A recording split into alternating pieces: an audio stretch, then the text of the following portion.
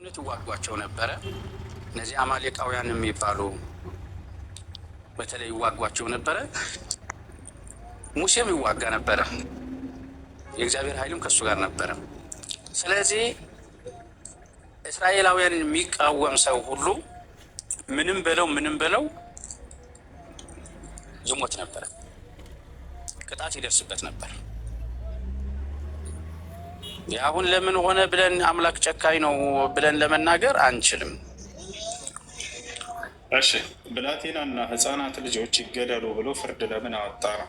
እነዚያን እስራኤላውያንን የበደለ አለ ነው። እነዚህ ሕፃናትና ብላቴና ልጆች ግደሏቸው የሚል ፍርድ ለምን አወጣ? ለእውነተኛ አምላክ መቼም ሕፃናት ልጆች ላይ ግደሏቸው የሚል ፍርድ ሊያወጣ ይችላል። ኃጢአት አድርገው ነው ከተባለ የኃጢአትን ኃጢአትነት የሚረዱበት ዳግመ አዳም ደርሳ ያ ጻይር ኑሯቸው የዛኔ በሰዎች ላይ ድንበር ካለፉ እነዚያን ሰዎች ግደሏቸው ሊል ይችላል። ሕፃናቶችን ግደሉ፣ እነዚህን አንዲት እንዳትራሩላቸው፣ እንዳትምሯቸው፣ ግደሏቸው፣ ጨርሷቸው ሁላቸው እያለ ያዛል። ነገርኩህ እኮ በግልጽ አሁን የአምላክን ፍርድ የምንገስበት ሳይሆን አንደኛ ኦሪት እንደ አዲስ ኪዳን አይደለችም፣ ሙሉ ድህነት የምታሰጥም አይደለችም አልኩህ እኮ። ከዚህ የተነሳ ደግሞ እግዚአብሔር እስራኤልን ስለሚወድ ይኸውልህ፣ እስራኤልን ስለሚወድ እስራኤልን የሚቃወሙ ሰዎች ካሉ ይኸው ንብረታቸው ካለ ምናቸው ካለ ይወድማል። ህጻናቶችን ነው ማለት ነው። አምላክ ፍትሐዊ አይደለም ብለን እንትን የምትል ከሆነ ያን ጊዜ ስንሄድ ትጠይቀዋለህ እግዚአብሔርን። የአምላክን ፍርድ ማንም ሰው ሊገስ አይችልም። ቅድም ያወጣው ነገር ግን ይሄ ኦሪትና አዲስ ኪዳን የምታምታቱበት ነገር እንደ አንዳንዴ ሳልፍ እንደዚህ ይገጥመኛል እና ልክ አይደለም። ቆይ ወንድም ታስገባህ ትክክል ነው ማለት ነው። ተው በእናትህ የአዲስ ኪዳን ላይ ና የብሉይ ኪዳን አምላክ ራሱ የአዲስ ኪዳን አምላክ ነው ብለውኛል እኮ ቅድም። ስለዚህ ሲያስቀድም ቆይቶ እንደገና አሁን አዛኝ ነው መጣ። ኦሪትና አዲስ ኪዳን ለይ ወንድሜ። የኦሪቱ አምላክ የአዲስ ኪዳኑ አምላክ አንድ ናቸው ብለውናል እኮ። እዚያ ጋር የፈረደው የአዲስ ኪዳኑ አምላክ ነው ወይንስ አይደለም? ህጻናቶችን ግደሏቸው ያለው ያኔ ፍጹም ድህነት የለም። ስለ አምላክ ስራ ነው እየጠየቅኝ ያለው። አምላክ እንዴት ነው ብላቴና ህጻናቶችን ጨረሳቸው ግደሏቸው ብሎ ሊያዝ የሚችለው? እስራኤልን የሚቃወም በሙሉ በቃ እንደዛ ተደርጓል። እሺ ምን ልትል ነው? ህጻናት ብላቴና ልጆች ለመቃወማቸው ማስረጃቸው ምንድን ነው? ህጻናት ብላቴና ልጆች ጭራሽ ሰዎች እንስሳቶቹንም አንድ እንዳታው ግደሏቸው ነው ያለው። ልጆቿቸው አይደሉም እንዴ? እንስሳት ልጆቻቸው አይደሉም እንዴ? ታዲያት ልጅ ይቀጣ ምንም በማያውቁት በኦሪቱ አዎ ይቀጣ ነበር። እንደዛ የሚባል ነገር የለም። አንድ እዚሁ ጋር ጨርስባቸው እሱ የእስልምናን ተወውና የእስልምናውን ተወውና የእኛን አስተምሮ ነግሬ እሱን ማሰማ ነው እኮ። ችግር የለውም። በቃ ምን ይላል? ልጅ በአባቱ ኃጢአት ልጅ አባት በራሱ ኃጢአት ይገደል፣ አባት በልጁ እንዳይገደል፣ ልጅ በአባት እንዳይገደል ይላል መጽሐፍ። ምን ትላለህ ስለዚህ ጥቅስ? ምን ላይ ማለት መጽሐፍ ቅዱስ ላይ ልጅ በአባቱ ኃጢአት እንዳይገደል፣ አባትም በልጁ ኃጢአት እንዳይገደል፣ ሁሉም በኃጢአቱ ይሙት ይላል። አንድ ቦታ ላይ እንደዛ ይላል። አንድ ቦታ ላይ ደግሞ የወላጆች መርገም አሁን እኮ እየሰማኛል አይደለም እንጂ ለመናገር ሲሞክር ይሄ ጥቅስ ትክክል ነው ወይንስ አይደለም? ትክክል ነው። እንደየአገባቡ ነው የሚፈታ ወንድሜ። ፍታ እስኪ ንገረን እኮ ልነግርህ እኮ ነው። ብሉይ ኪዳንን ስናስብ ወንድሜ ህዝቡ ይሰማል። ህዝቡ ይኸውልህ መጀመሪያ ስንፈጠር መጽሐፍ እንዲጻፍ አያስፈልግም፣ ምንም አልነበረም። በህሊናችን እግዚአብሔር እንድናመልክ ነበር የተፈጠረው። ያ አልሆነም፣ መጽሐፍ ተጀመረ። ያ ዘመን ደግሞ የጨለማ ዘመን ነው፣ ሰይጣን የሰለጠነበት ዘመን ነው። 5500 ዘመን የሰው ልጅ በአዳም ኃጢአት የተያዘበት በጥንተ አብሶ የተያዝንበት ነው። በድንግዝግዝ ውስጥ ነው ያለ ነው። ጨለማ ውስጥ ነው ያለ ነው ማለት ትችላለህ። በጨለማ ውስጥ ደግሞ የተለያየ ነገር ሊፈጠር ይችላል። ከዛስ ያ ህግ አብዛኛው በሚባል አለፈ ማለት ነው። ክህነቱ አለፈ፣ መስዋዕቱ አለፈ፣ ያ የጦርነቱ ታሪክ አለፈ። አሁን አንተ ለእኔ እኔ ለአንተ እንድንሞት ነው እንጂ ገባህ አይደለ? መገዳደልም የለም፣ ምንም የሚባል ነገርም የለም።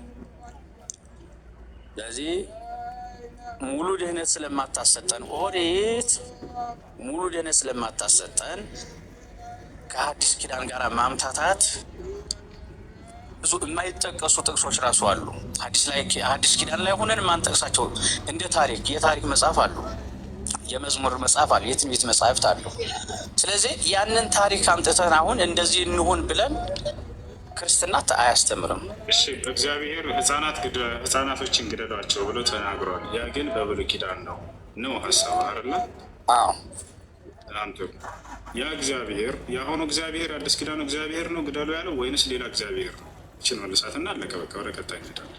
እግዚአብሔር ራሱ እግዚአብሔር ነው። ለዚህ ዘመኑ አምላክ የብሉይ ኪዳን ላይ ሲያስጨፈጭፍ ነበር ህፃናቶችን ማለት ነው። እናመሰግናለን። ስንት አምላክ ነው ያለው ቀሲስ በክርስትና? አንድ አምላክ። ያን አንድ አምላክ ድንግል ማርያም ጸንሰዋለች ወይንስ አልጸነሰችው? በተለየ አካሉ ወልድን ጸንሳዋለች ወይም ቃልን። ማንን ጸንሳለች ሳይሆን ያን አንድ አምላክ ነው ያለው፣ ሌላ አምላክ የለም አይደለ? ተመልሷል እኮ ባለፈው እኮ በደንብ እነቃል እኮ በደንብ መልሰውታል። አልሰማህም? ያን አንድ አምላክ ድንግል ማርያም ጸንሰዋለች ወይንስ አልጸነሰችው?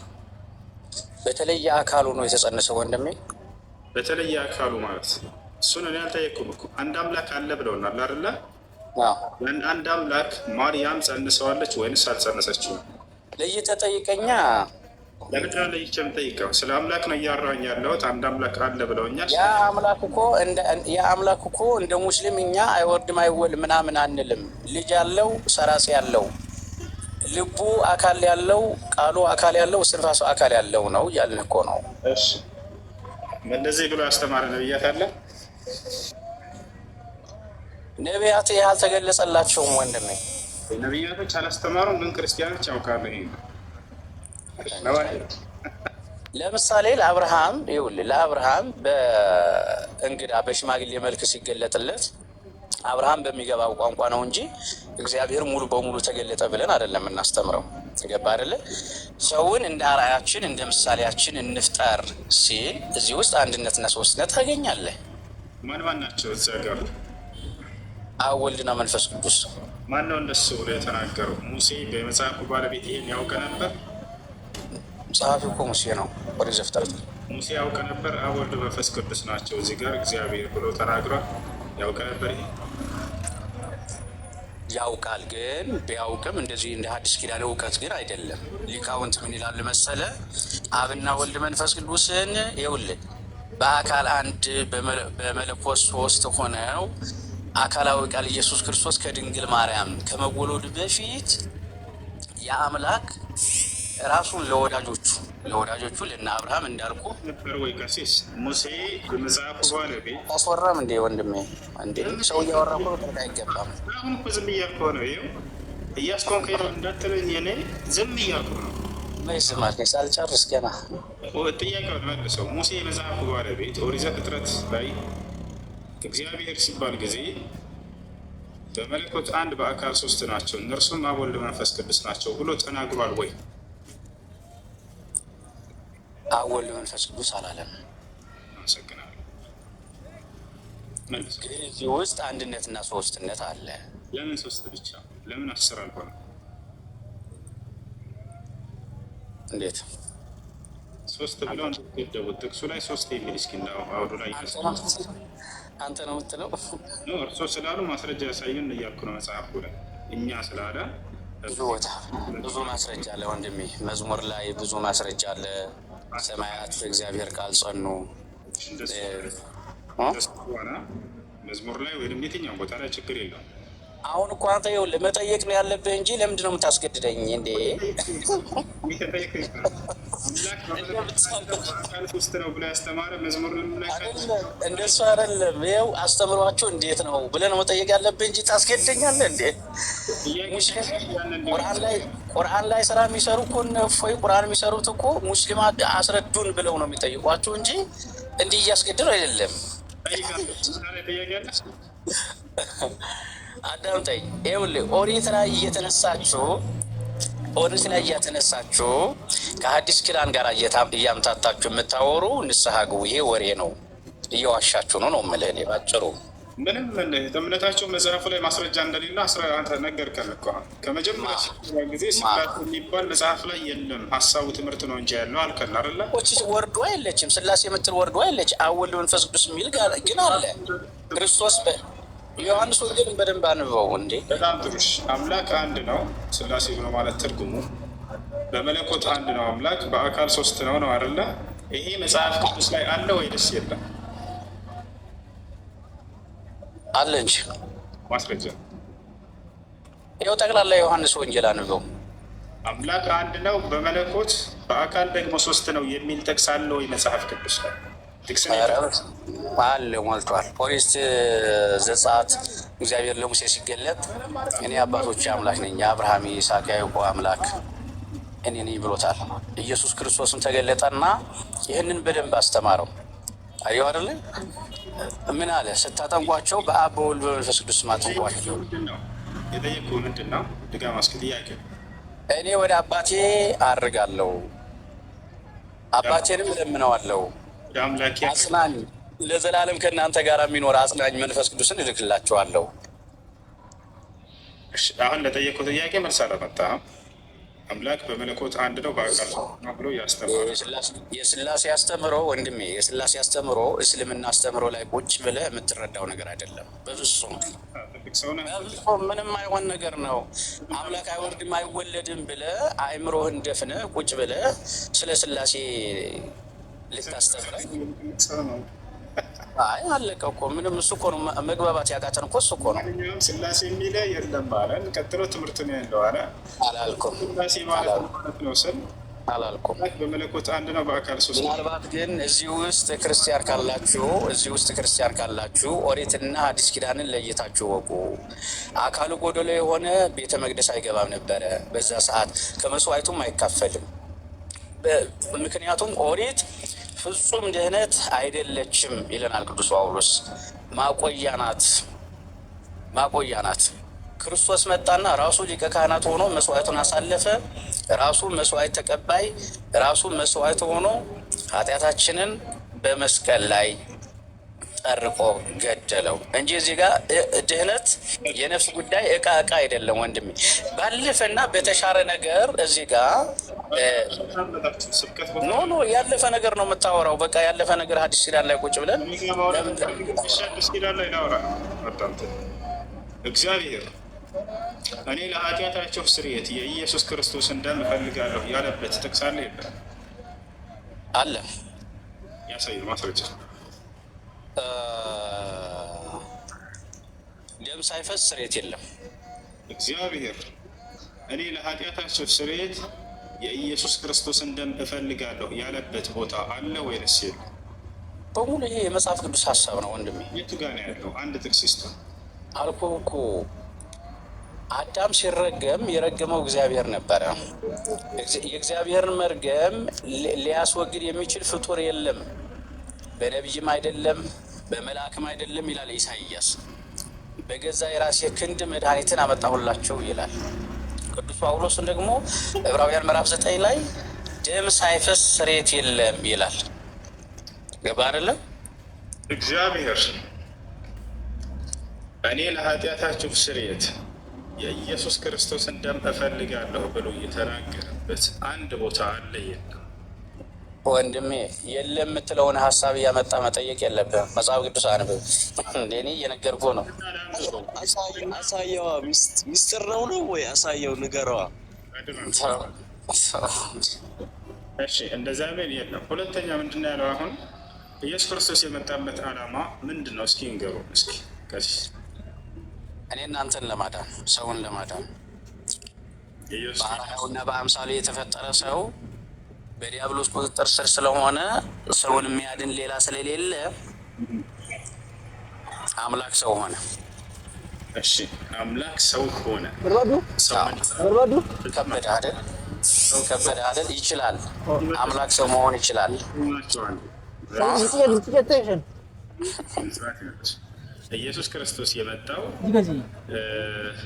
እኛን ለማዳን ነው እያሉ ነው። ኃጢአት አለብን አይደል? የአዳም ልጆች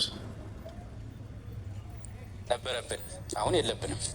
በማን በኩል ነበር የነበረብን ኃጢአታችን?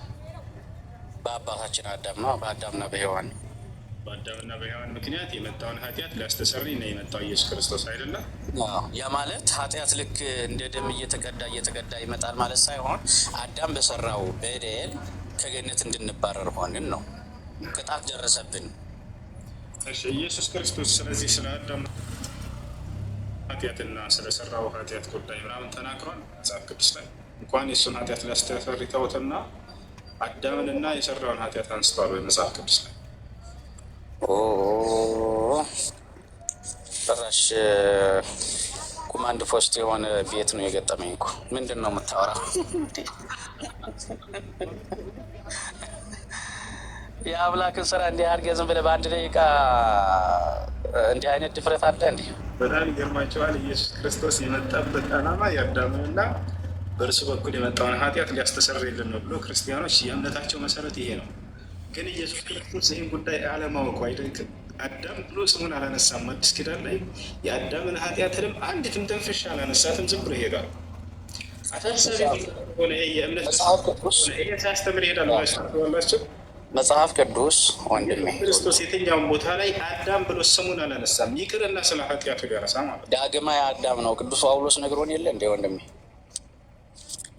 ክርስቶስ ዝም ብሎ በመጨረሻው ሰዓት ሙስሊም የሚባል ህብረተሰብ ይመጣል፣ ጥያቄ ያነሳል እና ለእሱ ጥያቄ እያለ ዝም ብሎ ዛሬ አንተ የምታነሳውን ጥያቄ እንደሱ አይደለም። መጽሐፍት ነገሩን፣ ቅዱስ ጳውሎስ ነገረን። ዳግማዊ አዳም ሆኖ መጣ አምላካችን።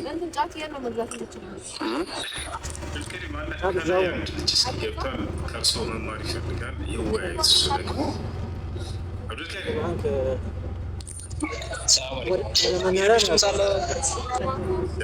ከድምፅ ራቅ በል። ክብራቸው ቀሲስ ናቸው፣ ብዙ ነገር ያስተምሩናል። ገና አብዱልከሪም እስኪ ተናንሳና አውራቸው። ቀሲስ ይሰማዎታል? ይሰማኛል ወንድሜ ይሰማኛል። እኔ እያልኳችሁ ያላችሁ ዝም ብላችሁ መጽሐፍ ቅዱስን ስላገኛችሁ ይሄ ነው እንዲህ ብላችሁ አትደናገሩ፣ አታደናግሩ። ጥያቄ ካላችሁ በስርዓት አንድ አረፍተ ነገር ላይ ቀሲስ መጽሐፍ ቅዱስ ላይ ኢየሱስ አንድ አምላክ ተብሎ የጠራበት ክፍል አለ? አዎ ፊት ለፊት አብ አንድ አምላክ እንደሆነ ዘግሰሩ በጣም ብዙ ቦታ አንደኛ ቆሮንቶስ ምዕራፍ 8 ቁጥር 6 አንደኛ ጢሞቴዎስ ምዕራፍ 2 ቁጥር 5 የመሳሰሉ ስፍራዎች ላይ እና መጽሐፍ ቅዱስ ጸሐፊዎች ኢየሱስን አንድ አምላክ ብለው ጠርተውት ያውቃሉ? አዎ የት ጋር አንድ አምላክ ብለው የት ጋር ጠርተውታል? ለምሳሌ አንዱ አምላክ ነው፣ የፈጠረን አምላክ ነው፣ ሁሉ በእርሱ የሆነ አምላክ ነው። አንድ አምላክ ብለው ጠርተውታል ብለውናል። ለእሱ ማስረጃ ይስጡ። በዚህ አጋጣሚ አምላክ ነው ፈጣሪ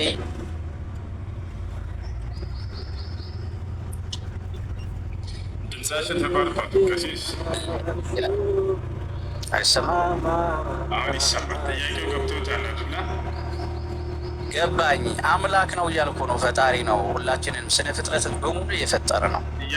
ሰው ሆኖ ሲመጣም ስነ ፍጥረት እየሰማችሁ ነው። ባህርን ሲገስጽ፣ ነፋሳትን ሲገስጽ እሺ በጀ ብለው የሰሙት ውሃ ወደ ጥያቄውን ትኩረት ያደርጉና እርሱ ላይ ስለ አምላክነቱ አይደል የጠየቀኝ?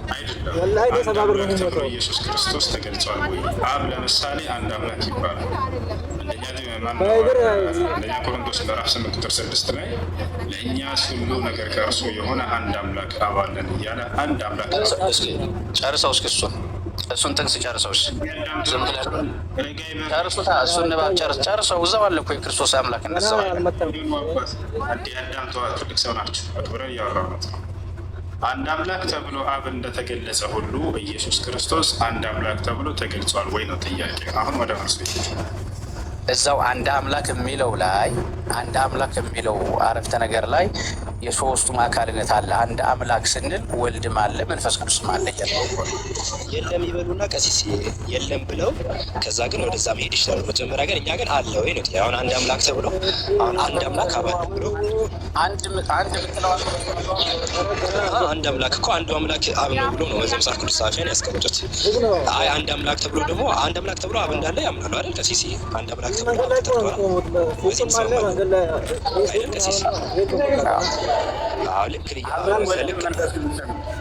ቆይ አንድ አምላክ መጽሐፍ ቅዱስ የሚጽፈው ነው። እርሶ የሚያምኑትን ሳይሆን መጽሐፍ ቅዱስ የሚለው አንድ አምላክ አብ እንዳለ ያስቀምጣል። መጽሐፍ ቅዱስ አንድ አምላክ ብሎ በግልጽ ማለት ነው፣ በጣም ብዙ ቦታዎች ላይ። በተመሳሳይ መልኩ አንድ አምላክ ወልድ ተብሎ ወልድ አንድ አምላክ ተብሎ ተጠርቶ ያውቃል ወይ? መጽሐፍ ቅዱስ ጻፊያን ወልድን አንድ አምላክ ብለው ጠርተውታል ወይ? አዎ ካሉን ያሳዩን፣ ከሌለ ደግሞ የለም ይሉንና ወደ ቀጣዩ ደግሞ እናልፋለን። ሮሜ ምዕራፍ 5 ቁጥር 9 እስካውጣልኝ መጽሐፍ ቅዱስ ሩቅ ቦታ ስለሆነብኝ ነው። ስራ ቦታ ሆኜ ሮሜ እዛ ክፍል ላይ የለም አንድ አምላክ የሚል የለውም ቀሲስ። አንድ የሚለውን የጨምረህ ነው በራስህ? አንድ አምላክ እኔ አይደለም የጨመርኩት። ለምሳሌ ጳውሎስ ነው የጨመረው። አንድ አምላክ አባለን ነገር ሁሉ ከእርሱ የሆነ እኛም ለእርሱ የሆነን አንድ አምላክ አባለን ብሎ አንድ አምላክ ብሎ የሚያስቀምጠው አብን ብቻ ነው።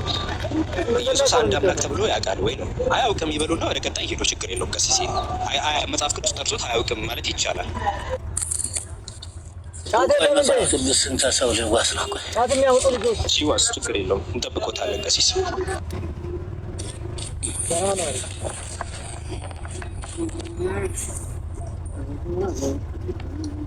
ኮማንድ ፖስት ጥያቄ ነው አሁን ስም ጠይቀው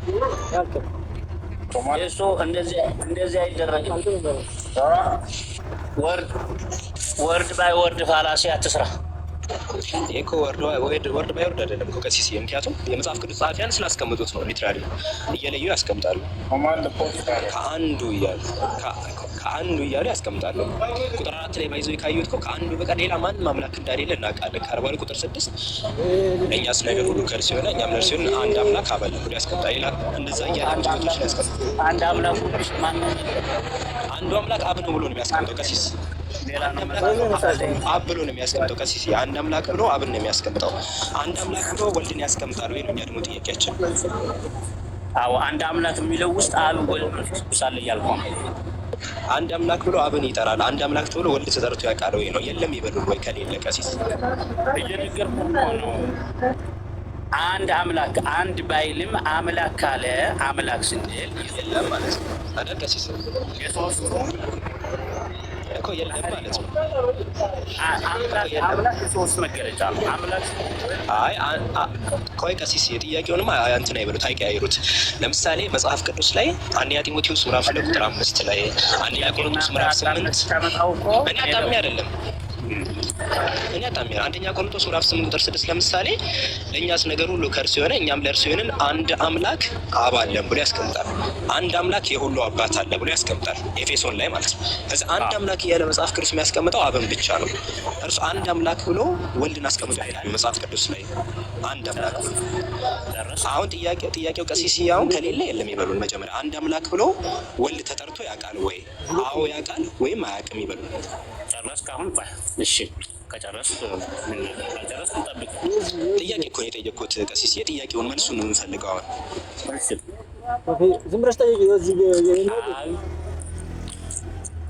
ይኸውልህ አምላክ ስንል የለም ማለት ነው። ወልድን መንፈስ ቅዱስ እንላለን። ወልድም የአምላክነት ማንነት የአምላክነት ባህሪ አላቸው። ቀሲስ የለም እንዳሉኝ ነው አድርጌ መወስዶች። ምክንያቱም የጠየቅኩት ጥያቄ አንድ አምላክ ተብሎ በመጽሐፍ ቅዱስ ላይ ወልድ ተጠርቶ ያውቃል ወይ? አዎ ያውቃል ካሉ ይቀጥሉ። አዎ ያውቃል ካሉ ያው መጽሐፍ ቅዱስን ይዘው መጥተው ምዕራፍና ቁጥሩን ይዘው አንድ አምላክ ተብሎ ይጠራበታል። አልፋና ኦሜጋ እያለን ራእይ ምዕራፍ ስምንት ላይ እሱ ሌላ ነው። አንድ አምላክ የተባለውን አልተባለም ይበሉና ታዲያ ከሌለ ወደ ቀጣይ እኮ ራእይ 1:8 ላይ ነው አሁን የጠቀሱት። ሌላው ቦታ ሮሜ 9:5 የመሳሰሉ አሉ። አንድ አምላክ ተብሎ የተጠቀሰበት ከሌለ በቃ የለም ይበሉና እኛ እኮ ወደ እርሱ ወደሚሉት ደግሞ ጥቅሶች እንሄዳለን። ግን የለም የሚለውን እንዲናገሩ እንፈልጋለን። ከሌለ የለም ይበሉ። አይደለም ያልገባህ ነገር እኮ አንተ አውቀህ እኮ እየሰማኝ እኮ እንዳልሰማኝ የሆንኩ እኮ ያለው ይበሉ እያልክ በግድ ታስፈልግ። እሺ ለመጨረሻ ጊዜ ልጠይቆት ቀሲስ፣ ለመጨረሻ ጊዜ ልጠይቆት ቀሲስ፣ በመጽሐፍ ቅዱስ ላይ መጽሐፍ ቅዱስ ጸሐፊያን አንድ አምላክ ብለው ሁልጊዜም አብን ነው የሚጠሩት። አንደኛ ቆሮንቶስ ምዕራፍ 8 ቁጥር 6 ላይ አንድ አምላክ አብ አለን። ኤፌሶን 4:6 ላይ እንዲሁ አንድ አምላክ የሁሉ አባት አለ። አንደኛ ጢሞቴዎስ 2:5 የመሳሰሉ ስፍራዎች ላይ አንድ አምላክ ብለው በቁጥር ቆጥረው አብን ነው የሚያስቀምጡት። አንድ አምላክ ብለው ወልድን ጠርተውት ያውቃሉ ወይ? አንድ አምላክ ብለው ኢየሱስ ብለው ጠርተው ያውቃሉ ወይ? አዎ ከሆነ ክፍሉን ያሳዩ አንድ አምላክ ብለው እንደጠሩ፣ ከሌለ ደግሞ የለም ይበሉ። እሺ ምዕራፍና ቁጥር ይንገሩ። ምዕራፍ አንድ አምላክ ያሉበት የት? ለምሳሌ እግዚአብሔር ለምሳሌ ምዕራፍ አንድ ላይ ያ ቃል እግዚአብሔር ነው ይላል። አንድ አምላክ ብለው ጠርተዋል ወይ? ጥያቄ እሱ ሌላ ጉዳይ ነው። አንድ አምላክ ተብሎ ተጠርቶ ያውቃል ወይ? ኢየሱስ አያውቅም እኮ ብለው ይገላገሉ። ቀሲስ ለምን ይቸገራሉ? እንደሱ የሚባል ነገር የለም ወንድሜ። አምላክ ስንል ሶስትንም እየተናገርን ነው። የለም ማለት ነው በቃ እሱ ሌላ ጥያቄ አለ። እኔ የለም በቃ የለም በሚለው ይጸናል። የለም ቀጥሉ። በቃ ይሄ እዚህ ጋር ይካጭ። መጽሐፍ ቅዱስ ላይ በግልጽ ቃል አብ አንድ አምላክ። አንድ ነገር ግን የምነግራችሁ ይኸውልህ፣ አንድ ነገር የምነግራችሁ ቁርአንን በመጽሐፍ ቅዱስ እንረዳለን ብትሉ ብንውል ብናድር አንግባባም። የትኛውን ቁርአን? የለም የቁርአን አስተሳሰብ መጽሐፍ ቅዱስ ላይ መተህ አትጫንብን ነው የምልህ። ችግር የለም። መጽሐፍ ቅዱስን በመጽሐፍ ቅዱስ፣ ቁርአንን በቁርአን ነው። ቁርአን ላይ ጥያቄ ካለ ጠይቀኝ። ፊት ላይ ጠይቅ። እሱማ እየጠየቁ ማን ይመልስላቸው? ጠይቅ ነው። እኔ ማንም ሰው ይጠይቅ። ጠይቅ ካለ እኔ ቁርአን አላነበብኩም። ኧረ ቁርአን ሳታነብ እንዴት ነው የቁርአን አስተሳሰብ በመጽሐፍ ቅዱስ? እየሰማሁ ነው። እችን አውቃለሁ። አንድ አይወርድም አይወለድም እችን አውቃለሁ እንደምትለው ሚስት ያልወለደው ደግሞ ሚስት ስለሌለው እንደሆነ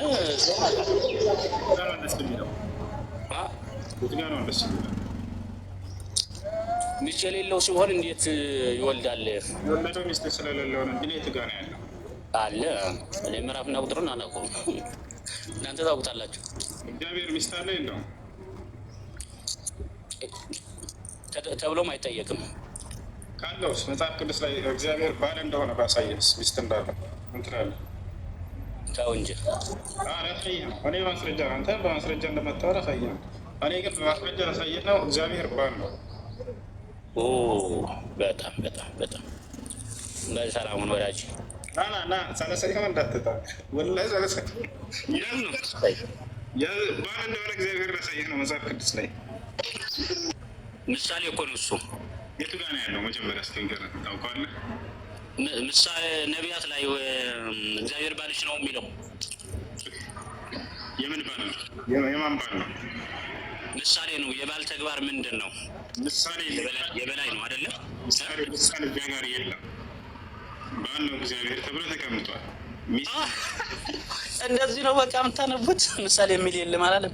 የቱ ጋር ነው እንደሱ ያለው? ኧረ ሰላሙን ወዳጄ ናስረዳ ምሳሌ መሆኑ ቆይ ቀሲስ ወላሂ ራስ ጊዜ ወጣ። እግዚአብሔር ባል ተብሎ ተገልጿል። ሚስት እንዳለ ተገልጿል። አመለጡ ቀሲስ ያዝ ነው። ወይኔ ወይኔ እነዚህ ነው እኮ የሚያስተምሯቸው አይደል? እነሱ ለራሳቸው ራሱ አልገባቸውም። አስተማሪዎቹ ራሱ አልገባ። ቀሲስ አሁን ትልቅ ማዕረግ ነው። ባይዘ ቤተክርስቲያን ውስጥ ትልቅ ማዕረግ ነው ቀሲስ። ገባቸው? ከነ ዲያቆናት ምናምን ከፍ ያሉ ናቸው እኔ እንደማስበው። እና እነዚህ ናቸው የሚያስተምሯቸው። አስቡት፣ እነሱ ራሱ አልገባቸውም። ሳይገባቸው ነው የሚያስተምሯቸው። የያዙትን ይሸመድዳሉ፣ ለሚመጡት ሰዎች ያሸመድዷቸዋል። በቃ ሁሉም እንደዚህ ነው የሚኖረው። እና ወደ እውነት እንድትመጡ ሁሌም ለእኛ ምኞታችን ነው። ብፁዕ ወቅዱስ አቡነ ቀሲስ ወጡ እስከ መጨረሻ።